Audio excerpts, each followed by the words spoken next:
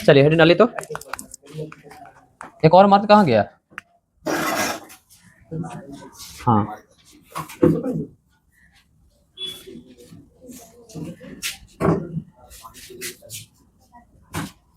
गढ़वाल के राठौर वंश। देखो इस वंश के आदि पुरुष जो माने जाते हैं वो माने जाते हैं यशो विग्रह, है ना।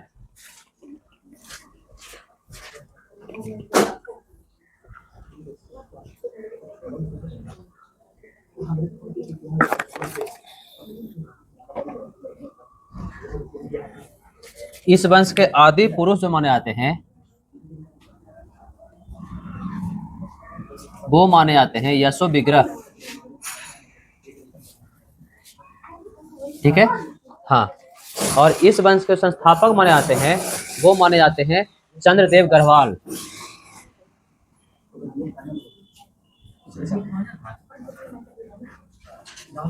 चंद्रदेव गढ़वाल। देखो ये जो वंश है ये चौहानों के समकक्ष एक वंश है ना। वैसे मान सकते हो कि चौहान वंश के बगल में एक वंश का उदय हुआ उसको गढ़वाल वंश कहते हैं, ठीक है। इनकी राजधानी थी वाराणसी कन्नौज वाला क्षेत्र। राजधानी कहाँ रहा है? वाराणसी कन्नौज वाला क्षेत्र, क्लियर। हाँ इनका जब पहला शासक का जब बोला जाए तो बहुत सारे शासक रहे हैं। इनमें रहे हैं मदन चंद्र, गोविंद चंद्र, है ना। इसके बाद दो शासक और रहे हैं, है ना, विजय चंद्र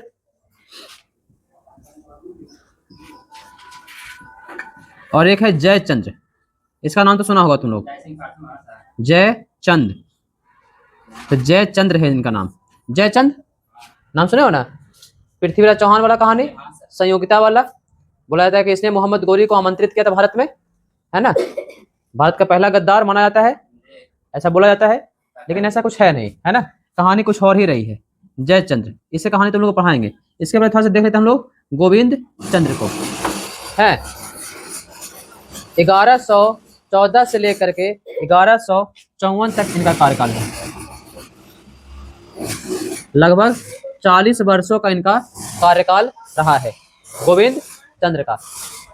इनकी पत्नी का नाम है कुमार देवी, पत्नी का नाम है कुमार देवी। बस भाई दूसरा पॉइंट ये है किसने धर्म चक्र जिन विहार का निर्माण करवाया था, कुमार देवी ने।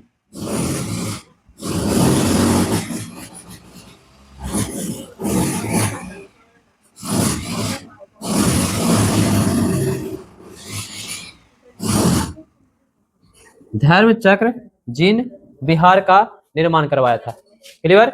इसके मंत्री का नाम है लक्ष्मीधर।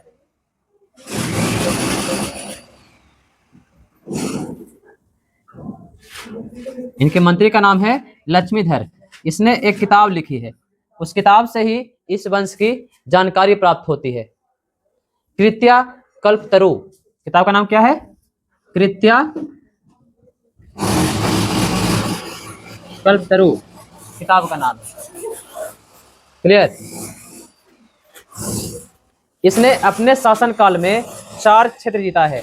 कौन कौन से? कलचोरी, चंदेल, मालवा, है ना, और एक वारांगल। 4 क्षेत्र लिखो, 4 क्षेत्र जीता। कौन कौन सा? कलचोरी, वारांगल और चंदेल, और एक कौन था अभी बताया ना, कौन सा? मालवा, मगध मालवा, मगध मालवा। तो ये 4 क्षेत्र किसने जीता है? इन्होंने, क्लियर। हाँ धर्म चक्र जिन विहार का निर्माण करवाया। जिन विहार, जिन विहार जो है जैन धर्म से संबंधित है। कौन धर्म से? जैन धर्म से संबंधित है जिन विहार, क्लियर। अगले राजा का नाम है जयचंद। इसकी बेटी का नाम है, सबसे पहले बेटी का नाम लिख ले, संयोगिता। हाँ, इस संयोगिता के पति का नाम था पृथ्वीराज चौहान। नाम तो सुना ही होगा, है? बोला जाता है कि पृथ्वीराज चौहान ने संयोगिता को उठा कर लेके चले गए थे, और इसीलिए जयचंद जो है पहुंची कर रहा है।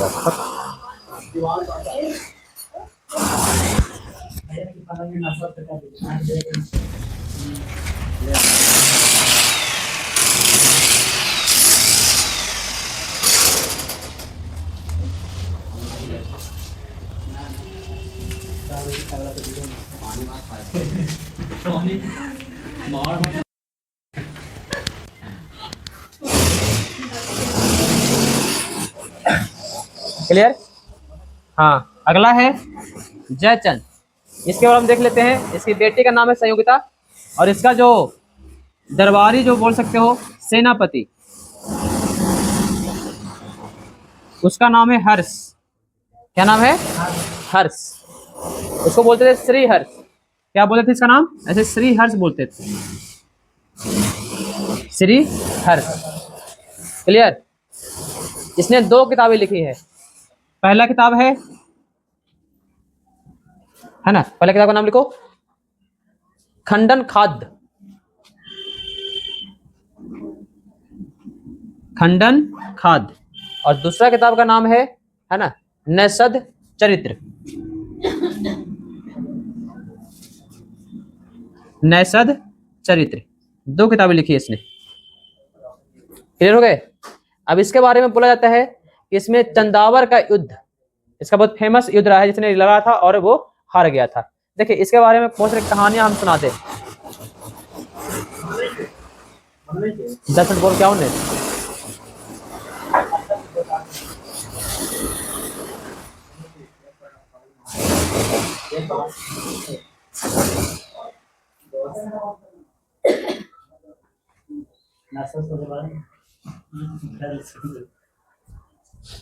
बोला ठीक। हाँ, इसके बारे में हम तुम लोग कहानियां सुना दे। कहानियों में क्या है, बहुत सारे मिथ्य भी है और बहुत सारे सच्चाई भी है। कुछ सच्चाई कहानियों में ये मिलता है कि जयचंद जो है भारत का पहला गद्दार हुआ करता था, है ना। कुछ मिथ्य ये भी कहते हैं, ये मिथ है। मिथ क्यों है? कि वो चंद्रा बरदाई ने एक कविताएं लिखी, और वो कविता जो है, आज ये कहानी कब की दर्शा रहे हैं हम, लगभग 1200 ईस्वी की, जिसमें मोहम्मद गोरी आया था।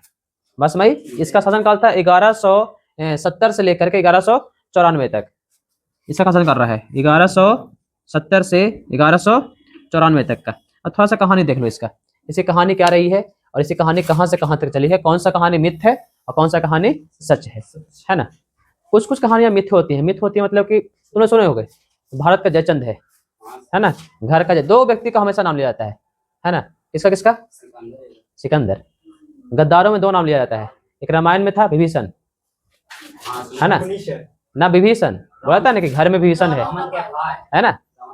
घर में कोई अगर बात इधर से उधर करता है तो क्या बोलता है? घर का विभीषण है। घर का भेदी लंका उठाए भाई है ना। ऐसा बोला जाता है कि ये भी व्यक्ति जो है मोहम्मद गोरी को इनवाइट किया था भारत आने के लिए, कि भारत आओ और पृथ्वीराज चौहान पर आक्रमण करो। लेकिन सोचने वाली बात यह है कि जो मोहम्मद गोरी सबसे पहले जहां पर से वो आ रहा है ना, और वो आया भारत में, तो उसके पहले उसने 4-5 लड़ाइयां वो युद्ध हार करके आया है, और उस व्यक्ति को जयचंद क्यों इनवाइट करेगा भारत में आने के लिए? थोड़ा सोचने वाली बात है ना। तराइन का प्रथम बैटल, मोहम्मद गोरी की हार। कायदरा की लड़ाई, मोहम्मद गोरी की हार, है ना। पंजाब का बैटल, मोहम्मद गोरी का हार, है ना। गुजरात का बैटल, मोहम्मद गोरी की हार। बस मैं समझ रहा है। तो वो व्यक्ति जो हार रहा है ना, वो व्यक्ति बोल सकते हो कि हम लोग कौन सा टीम को, नेपाल को टीम को बुलाए हैं भारत की तरफ से खेलने के लिए। तो कहानी तो ये होगी ना भाई, किस तरफ से खेलने के लिए? भारत की तरफ से खेलने के लिए। पाकिस्तान तो फिर भी ठीक ठाक था नेपाल को बुला लिए। ये व्यक्ति जो बोल सकते हो ये गोरी है, मोहम्मद गोरी, इसके बुलाने वाला व्यक्ति भारत का जयचंद, ऐसा बोला जाता है। बहुत सारे लोग कहते हैं, लेकिन मेरा मानना ऐसे नहीं है।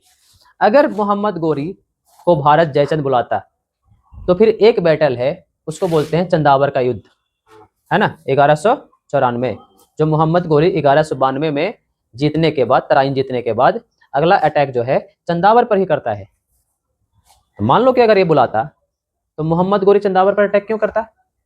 पहला सवाल। तो लोग बोलते हैं कि मोहम्मद गोरी पहला है क्योंकि इसने धोखा दिया था, तो इसको लग रहा था मोहम्मद गोरी को कि अगला सांप यही फन यही उठाएगा, इसलिए इसने चंदावर पर अटैक किया और जयचंद को मारा। मारने के बाद फिर वहां पर फिर बैक हो गया, वो चला गया अपने घर। एक कहानी निकल के आती है। दूसरी कहानी ये निकल करके आती है कि नहीं, मोहम्मद गोरी को जयचंद ने नहीं बुलाया था। बोला क्यों भाई नहीं बुलाया था? तो मोहम्मद गोरी स्टार्टिंग से ही भारत में घुसने का प्रयास कर रहा था, हैं? पहले घुसने का प्रयास किया था गुजरात के रास्ते।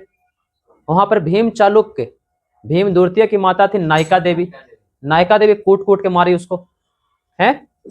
कूट कूट के मारने के बाद फिर लास्ट में क्या हुआ कि उसने तराइन में आकर के, तराइन बोल सकते हो कि एक राजस्थान का एक जगह है जो फील्ड है, वो तराइन कहते हैं उसको। तो तराइन के बगल में भी पृथ्वीराज चौहान का वो घर हुआ करता था। वो पहला बैटल जब पृथ्वीराज चौहान से सीधा सीधा टकरा लिया था, सीधा सीधा टकरा लिया था मोहम्मद गोरी। मोहम्मद गोरी को इतना मारा जिंदगी भर याद रखेगा वो। लेकिन सिर्फ मारा ही नहीं था, और जान से नहीं मारा था, बाकी सारे जतन थे कर दिए थे उसने, है ना। हाँ, तो सामने से टकराने से रहा, क्योंकि बैठा हुआ कौन राजस्थान में? पृथ्वीराज। आज कहाँ बैठा हुआ है? अजमेर में। बैठा हुआ कहाँ है? अजमेर में, बसमई। और बैठा हुआ कौन है? पृथ्वीराज चौहान, उस समय का बहुत बड़ा राजा, है ना। तो उस रास्ते से आने से रहा। एक रास्ता बचता है इस रास्ते से आने से, राजस्थान के रास्ते से। एक बचता है रास्ता गुजरात के रास्ते। गुजरात में उस समय हाल ही फिलहाल में क्या हुआ था कि भीमदेव की मृत्यु हो गई थी, और उसका बेटा बैठा हुआ था भीम चालुक्य। चालुक्य वंश शासन था। चालुक्य वंश दो तरह के रहे, ध्यान रखना। चालुक्य वंश दक्षिण में पढ़ा है तुम लोग को, है ना। कल्याणी का चालुक्य, बताबी का चालुक्य पढ़ा दिए तुम लोग को। उसी का एक शाखा विख्यात होकर के गुजरात में आकर के टिक गया था, जो उसको भी चालुक्य वंशी कहते हैं। लेकिन ये चालुक्य थोड़े से अलग वाले थे। ये चालुक्य राजपूत घराने से बिलोंग करते थे, ठीक है।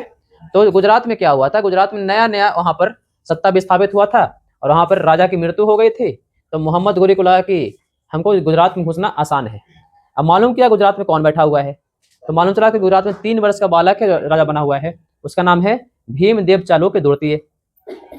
लेकिन उसको ये मालूम नहीं है कि उसकी माता का नाम है नायका देवी।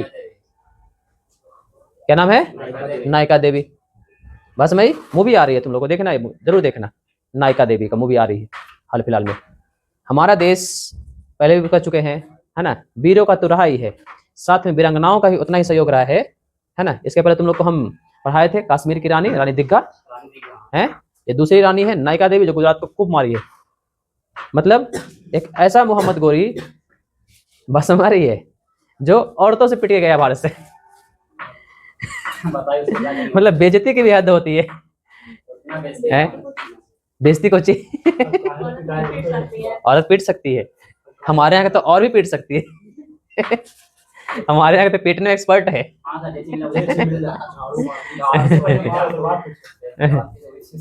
तो बातचीत ये हुई कि कहानियां ये हुई कि जब वो गुजरात के रास्ते घुसना, उसको लगा कि क्यों नहीं गुजरात के रास्ते घुसा जाए। तो बोला कि गुजरात में बैठा कौन है, तो भीम ने चलो 3 वर्ष का बालक है। बोला कि और कोई तो होगा उसका सहपाठी वपाठी, मतलब कि उसका और कोई संरक्षक। तो बोला उसके संरक्षक है उसकी माता, माता का नाम है नायका देवी।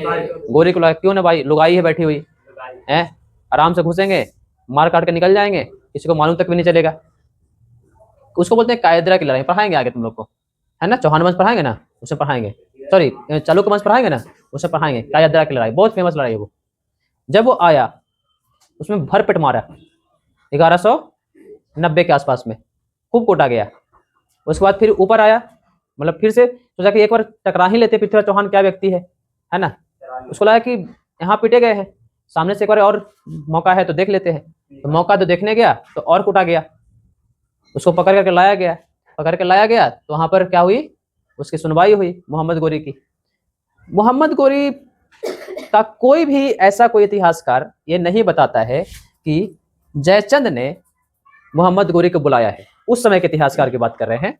लेकिन कुछ हमारे यहाँ के पोएट्री है ना, उसमें बताते हैं कि कि जयचंद ने मोहम्मद गोरी को पृथ्वीराज चौहान को हराने के लिए बुलाया था। और जयचंद कोई छोटा मोटा राजा नहीं है। जयचंद ऐसा व्यक्ति नहीं है कि वो नॉर्मल राजा है। कन्नौज और बोल सकते हो वाराणसी का सबसे बड़ा राजा है ये।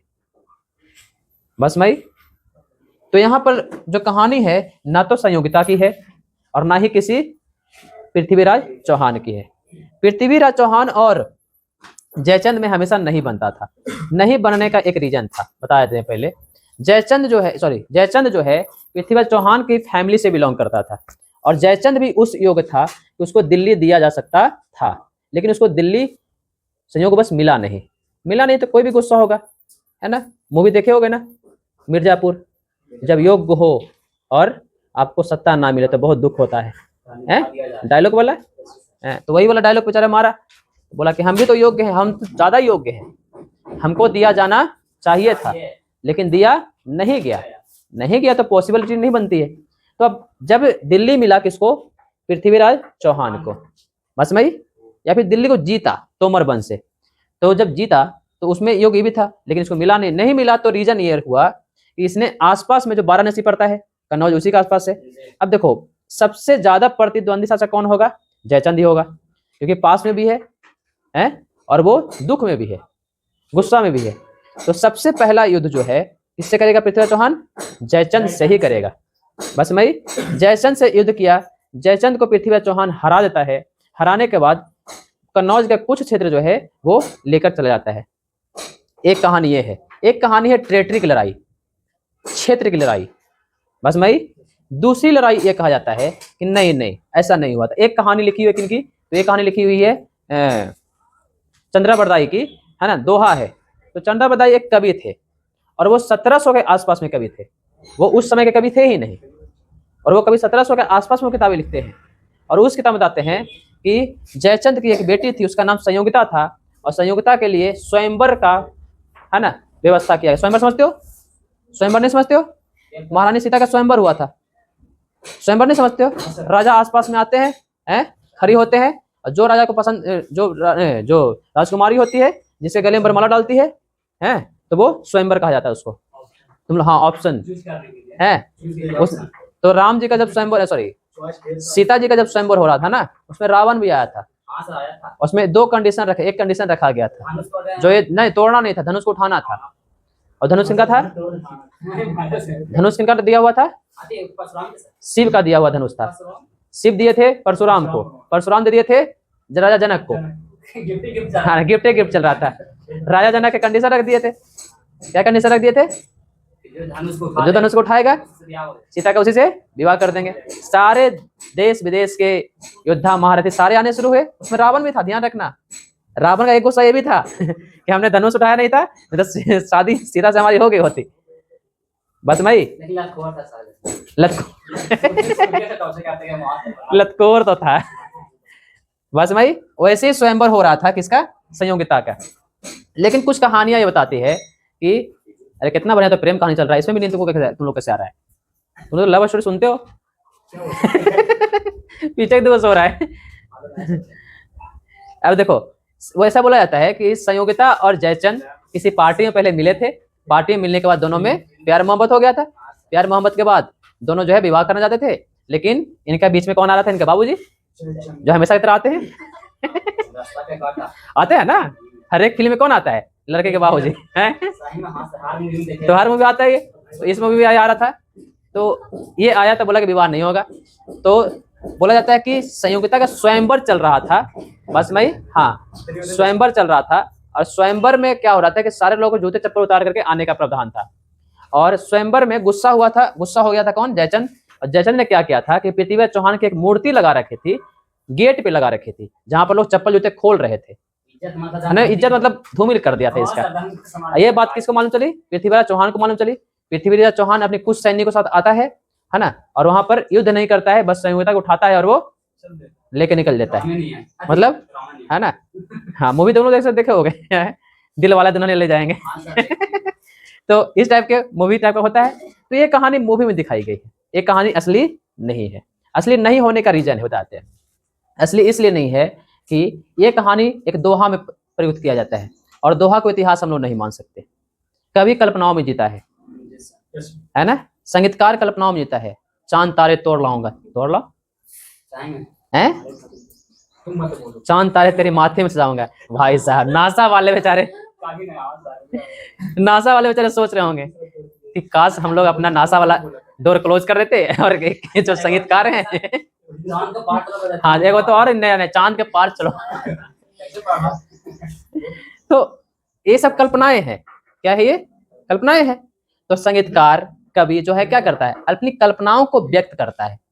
बस मैं तो ये कहानी जो है संयुक्ता वाली एक कल्पनाओं में और दोहे में लिखी गई। और दोहा को हम लोग हाँ दोहा को इतिहास के बारे में जानकारी हम लोग को हो सकती है इस तरीके से कि दोहा के जरिए मालूम तो चला कि पृथ्वीराज चौहान नाम का एक कैरेक्टर था, मालूम चला कि गौरी नाम का कैरेक्टर हमारे यहाँ आया था। अब गौरी के बारे में इतिहास पढ़ने के लिए कम जिज्ञासा तो होगी, यदि इसके पूरा इतिहास जाने तो दोहाओं में ये मिलेगी आपको, है ना, चौपाई में ये मिलेगी आपको। तो दोहा जो है, कविताएं जो है ज्यादातर लिखी जाती है, उस कविताओं में कल्पनाएं होती है। और कल्पनाओं को हम लोग इतिहास मान सकते हैं? कैसे मानेंगे? कल्पना को इतिहास कैसे मानेंगे? इतिहास साक्ष्य चाहिए ना इतिहास के लिए। तुम कहाँ चले जाते हैं? वो कल्पनाओं में जाते हो, लग रहा है कि हम राष्ट्रपति अमेरिका के हम बन गए, लेकिन बने नहीं होते हैं भाई है ना, नहीं लगता है कि हम राष्ट्रपति बन गए होते हैं, ईरान पर और ज्यादा बम मार दिए होते, ईरान खत्म हो गया होता, कहानी खत्म हो गया होता, या फिर ईरान के राष्ट्रपति बन गए होते, अमेरिका को निपटा दिए होते, कहानी होती है ना। या तो फिर हम भारत के राष्ट्र प्रधानमंत्री होते तो हम ये कर देते जो हो नहीं सकता है, या फिर होता नहीं है। बस भाई तो दो कहानियां हैं, देखो ध्यान रखना। एक कहानी बता दी तुम लोग को, एक कहानी सुनाया तुम लोग को संयुक्ता वाला, जो एक मिथ है, मिथ की तरह हम लोग को परोसा गया, और मूवी वगैरह में वही दिखाई जाती है। क्यों दिखाई जाती है? क्योंकि टेरिटरी के लिए युद्ध दिखाएगा तो तुम लोग कम देखोगे, और थोड़ा सा लव स्टोरी डाल देगा ज्यादा देखोगे, है ना। तो न रहेगा तो फिर गाना कहाँ से आएगा? और गाना नहीं था फिल्म बनेगा कैसे? और बनी हमने भारतीय मूवी की बात कर रहे हैं, भारतीय मूवी में तो 4-5 गाने चाहिए ना, तो उसके लिए क्या चाहिए? सिचुएशन। सिचुएशन कैसे होता है? क्रिएट किया जाता है।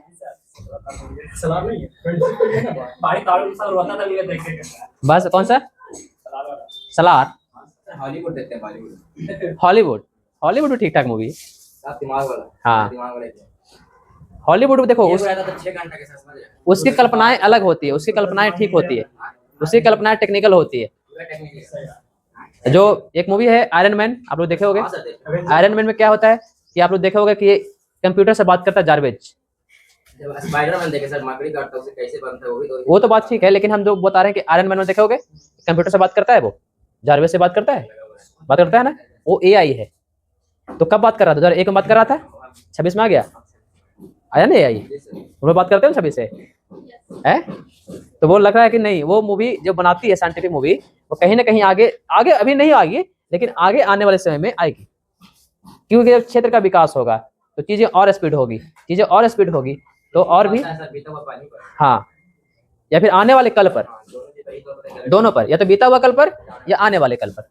तो हम लोग जो देखो इंडियन मूवी का ही बात कर रहे हैं, भारतीय मूवी जो करनी शुरू की है, वो ज्यादातर मूवी बनाती है हिस्टोरिकल मूवी और बीता हुआ कल पर, है ना। लेकिन जो अगर तुम देखोगे ज्यादातर हॉलीवुड मूवी, बाहरी मूवी देखोगे, तो वो दोनों पर बनाती है। उसका तो अलग कैरेक्टर है, 30% बीता हुआ कल पर, बाकी जो है 70% जो है आने वाले कल पर, फ्यूचर कैसा हो सकता है वो दिखाता है उसमें। चलो इसमें एक युद्ध हुआ था, उसका नाम है चंदावर का युद्ध।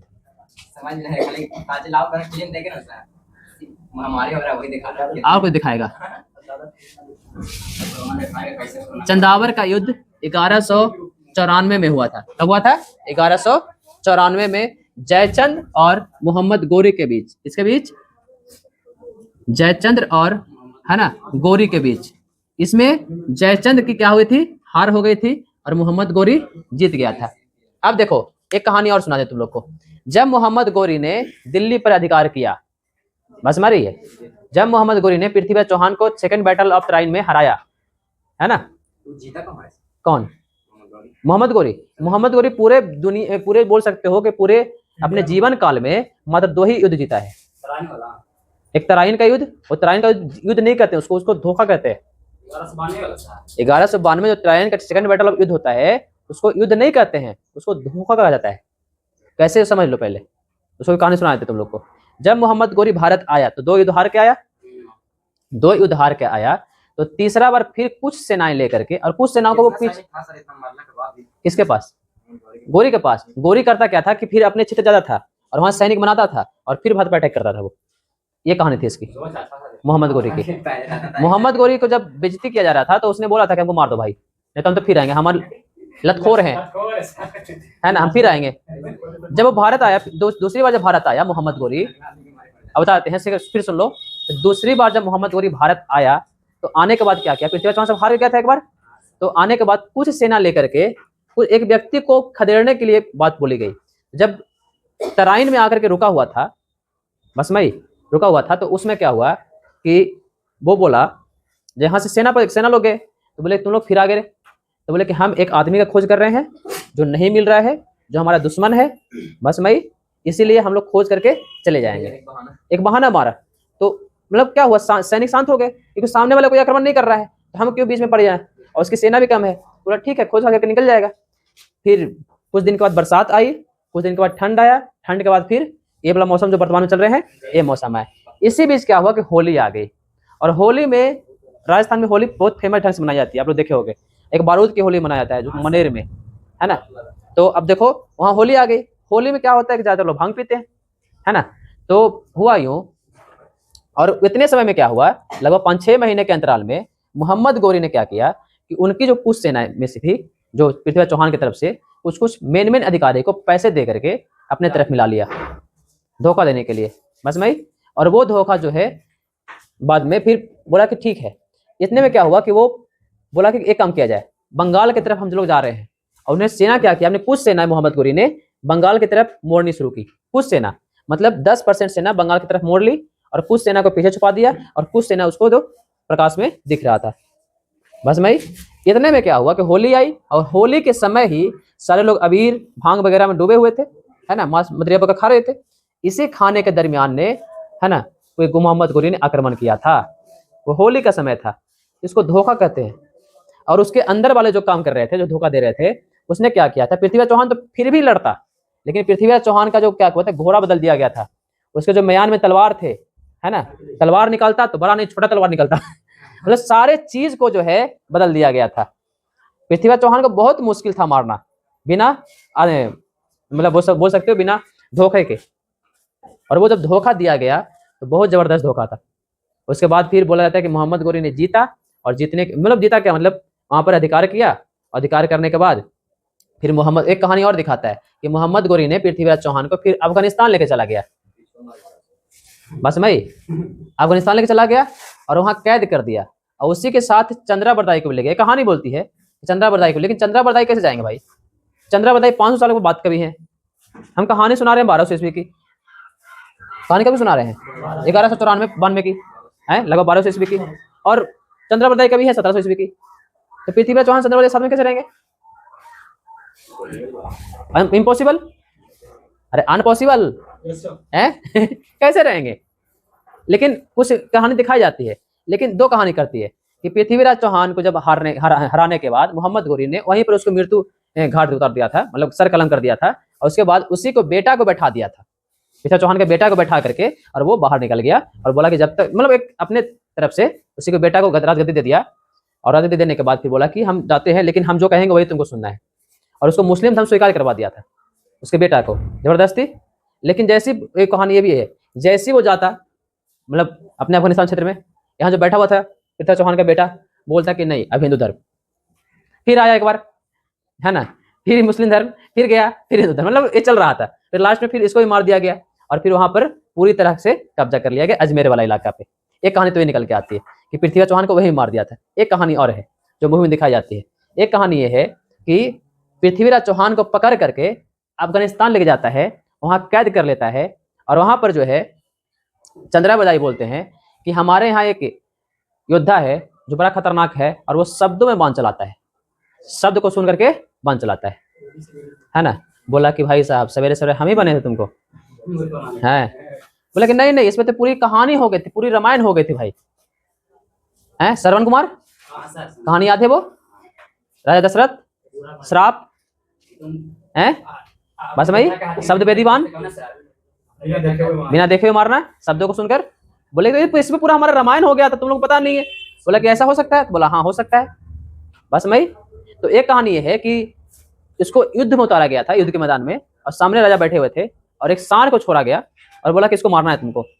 और वो सांड को मार करके वहीं पर चंद्रावरदाई कुछ दोहे बोलते हैं। उस दोहे में बोला जाता है कि इतना बांस ऊपर, इतना बांस ये, इतना बांस ये, इतना दिशा में, है ना, जिधर से तुम खड़ी हो, बस भाई। और वही एक बाण में मोहम्मद गोरी को काम तमाम कर देते हैं। और उसके बाद फिर दोनों जो है, चंद्रावरदाई और पृथ्वीराज चौहान, दोनों का हाथ में एक कटार होता है, दोनों एक दूसरे को मार करके खुद भी काम तमाम कर लेते हैं।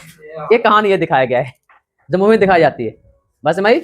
लेकिन ये कहानी झूठी है। झूठी इसलिए बताते हैं, हाँ झूठी इसलिए है कि मोहम्मद गोरी यहाँ से जब अपना युद्ध जीता अजमेर में, तो अजमेर में उनके बेटे को बैठाया, बेटे को बैठा करके फिर दिल्ली में कुतुबुद्दीन ऐबक को बैठाया, आगे पढ़ेंगे हम लोग, कुतुबुद्दीन ऐबक को बैठा करके वो अफगानिस्तान चला गया। लेकिन अफगानिस्तान से आने के बाद वो 2 बार और भारत आया था। तो जब वहां पे मर गया होता अफगानिस्तान में, तो 2 बार भारत कैसे आता? कहानी है ना कि 2 बार भारत फिर बाद में कैसे आया? और वो भी अजमेर भी आया था, बताया था ना, वो हिंदू से मुस्लिम आ जाता, मुस्लिम से हिंदू में जाता, वो उसको बाद में निपटा दिया, है ना। फिर लास्ट में एक कहानी मिलती है कि मोहम्मद गोरी को एक जनजाति है, खोखर जनजाति, और वो खोखर जनजाति क्या करता है कि मोहम्मद गोरी को पकड़ लेता है और उसको अकेले ले जाके, है ना, चाकू मार के साइड में लुटा देता है।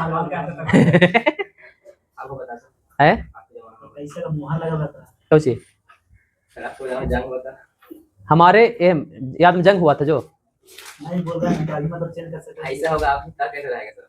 कौन सी हो जाएगा? पहले हुआ था हिंदू मुस्लिम में मुस्लिम हिंदू में, हिंदू मुस्लिम में होगा तो अभी तो मुहर लगा ना सर्टिफिकेट, कैसे होना चाहिए? मतलब अलग देश है सर।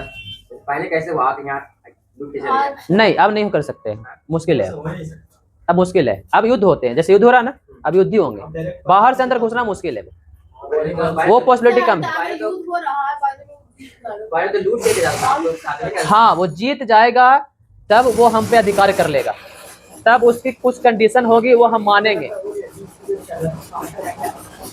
वो देख रहा है। बस भाई, तब हम जो मानेंगे उसकी बात को, वो बात अलग है।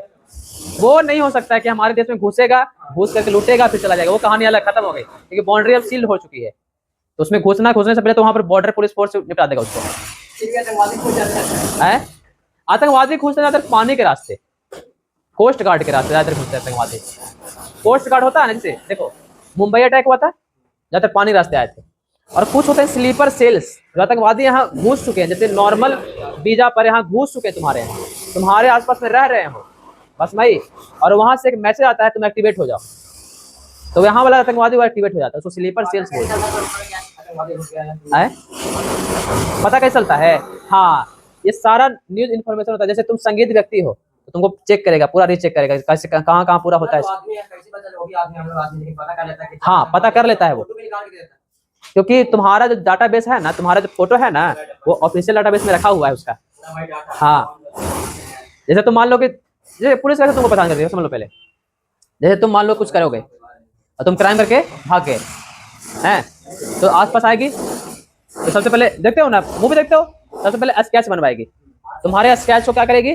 सबसे पहले क्रिमिनल रिकॉर्ड का डाटाबेस है, जो सीआईडी में करता है, क्रिमिनल रिकॉर्ड का डाटाबेस है, पहले वहां मैच करवाएगी। बात समझ भाई? हाँ, अब वहां मैच हो गया तो निकल के आ गया। हाँ, अब वहां मैच नहीं हुआ तो एक डाटा और है तुम्हारा, जो तुम्हारा जो आधार कार्ड डाटा है उसमें मैच करवाएगी, आधार कार्ड में मैच करेगा कहाँ से है। अच्छा, फेक है, अच्छा, तब तुम्हारा फिर वो पूरा डाटाबेस, अब तुम्हारा कहाँ कहाँ कनेक्शन रहा पूछताछ करना शुरू करेगी। पुलिस से तुम भाग नहीं सकते हो, एक क्लियर कट मामला है। हाँ, पुलिस से तुम ऐसा नहीं है कि तुम भाग सकते हो, तुम क्राइम करके निकल गए, जब तक पुलिस को तुम मिला ना लो, जब तक पुलिस से तुम भाग नहीं, पुलिस से दुश्मनी नहीं लो। बांग्लादेश से 30 दिन के लिए छुट्टी से आया था मेरे गांव में परिवार। अच्छा, 30 दिन के लिए मिला था। मतलब तो वीजा हो गया ना, वो वीजा हो गया तो वो तो रह सकता है। वीजा वाले लोग बिना वीजा का रहेगा ना, तो फिर उसको पकड़ा जाएगा वो। अब वीजा एक्सपायर होने के बाद अगर वो रहेगा ना, तो फिर उसको फाइन हो जाएंगे, तो फिर जेल चला जाएगा वो। वीजा एक्सपायर होने के पहले आपको यहाँ देश छोड़ देना है। हाँ, चला जाएगा वो, क्योंकि वीजा है ना, नहीं तो फिर जेल हो जाएगा उसको भाई, 10 साल का जेल है। वीजा एक्सपायर होने के बाद रहोगे, सबसे पहले तुमको नेशनल सिक्योरिटी एक्ट लगेगा, NSA लगेगा। और NSA का मिनिमम जो केस होता है, मिनिमम जो अथी होता है, सजा होती है, वो 10 साल की होती है। चलो छुट्टी।